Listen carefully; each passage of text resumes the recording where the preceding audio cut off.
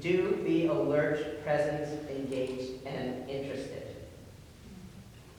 So some of you were very vulnerable and mentioned that they felt like how tempting it is to have that phone around practice.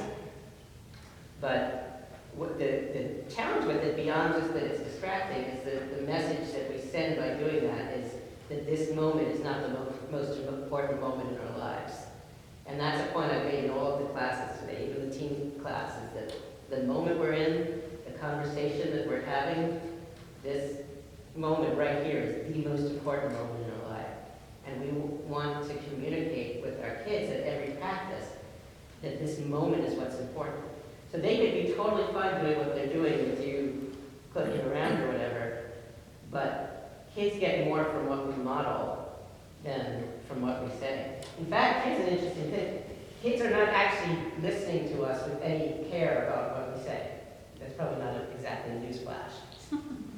But children's brains are put together so that their imperative is, how can I be you? How can I be like you? They're not listening to the words coming out of our mouths. They're thinking, how can I be mom? How can I be dad? That's what they're thinking. And so the actions that we model are really, really critical. Okay, so this is in a lesson. Some of the things not to do in a lesson. Don't coach your child in a lesson. Why not? What do you mean? So let's say they're having a lesson with Anne, and you say, oh, remember we worked on that. That's giving up. That's the teacher's job. What does that play into? It's the other one. It's fear number one, right? So if you're making yourself very prominent in the lesson, then their fear of that comes into the room, and they can't really rise and reach without a fear of falling, because they don't want you to see them fall. Because they're sensitive to what our fears are too. It's interesting, kids simultaneously take too much and too little responsibility. Right? They take too little responsibility in all the ways we know, right? But they also take too much responsibility, for they think that it's their job to sometimes to make us happy, to make our relationships work.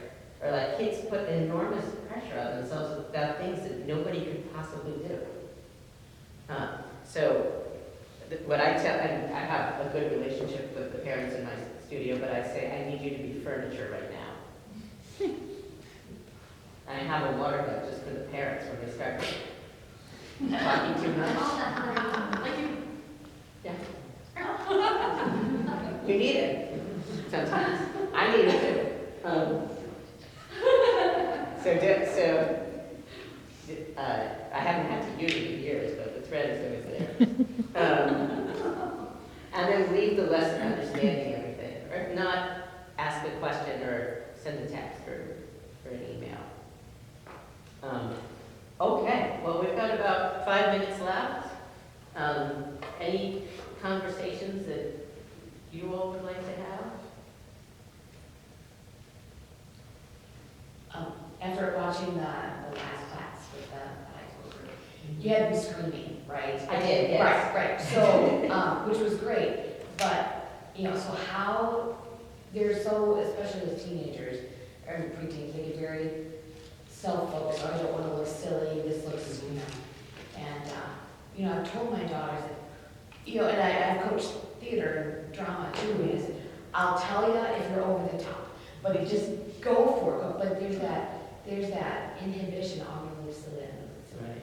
Because as they get older, developmentally, the fear that comes into the room is, what are my friends going to think?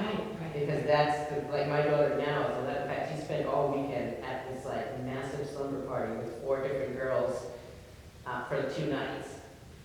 And that's why, so she's at that developmental stage where friends are everything. They start waking up, they start being self-conscious, that kind of thing. And so I remembered something I wanted to say before, is that, our reaction to fear is that we want to feel like we back away. So the screaming and all of that was that when we came up to that discomfort was that we were going to let it go. lean into that discomfort and show ourselves that we could walk through. The other thing I wanted to say before, when we were talking about the I hate the violin thing, and how we want to all avoid that conversation, when we model avoiding talking about a difficult topic, what effect does that have on kids?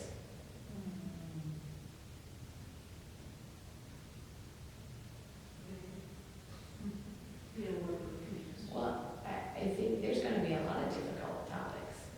You know, as they get older, the topics are gonna get more serious than I don't wanna play the violin, or I don't wanna play this and that.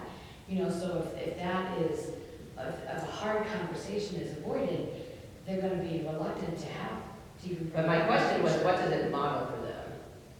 Right? So what does it model, like if I say, like, you know, I don't really want to talk about that.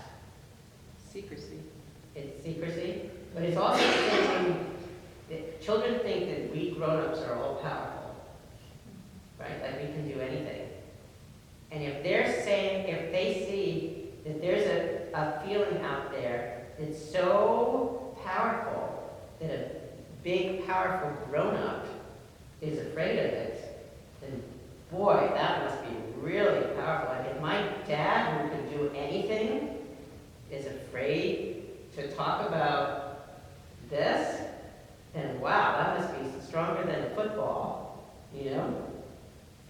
And so it's really important that, Mr. Rogers would always say, anything that is mentionable is manageable, right?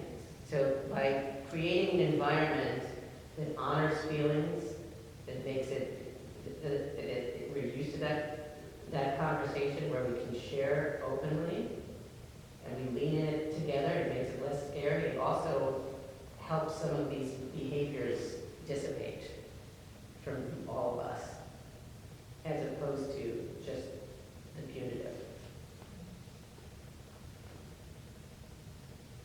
Anything else?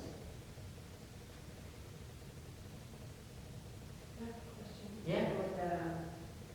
I guess if they're saying, well, I don't want to become a violinist, fine, don't, but, you know, there's a point where, how long do I go?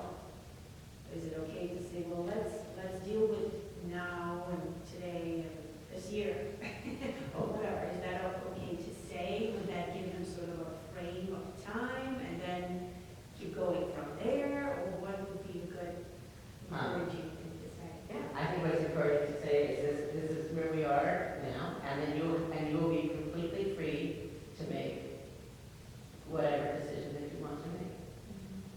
One of the most amazing experiences with there was a student that I had who, the practice was just horrible with this girl. I like nothing else I'd ever said. And one day the dad, who was not involved in the practice at all, he just said, that is it.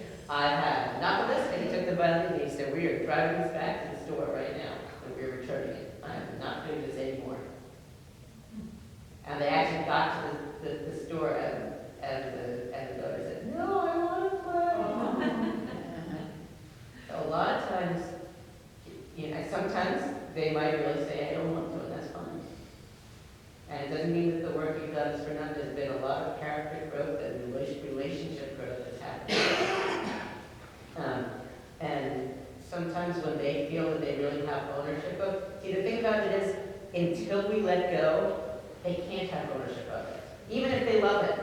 So like a lot of you are saying, I know you love it. You might know that they love it, but they will never actually be able to step into that power and into that ownership until they feel you back off.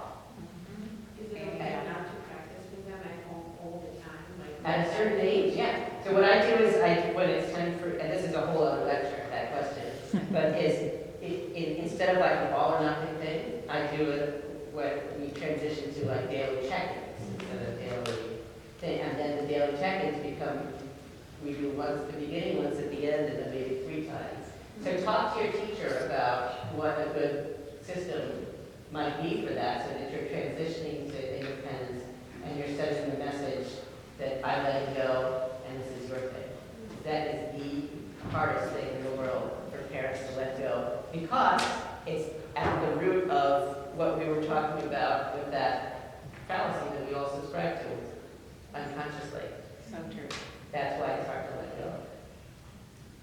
Well, boy, we really started with fireworks and we brought everybody down. Thank you all so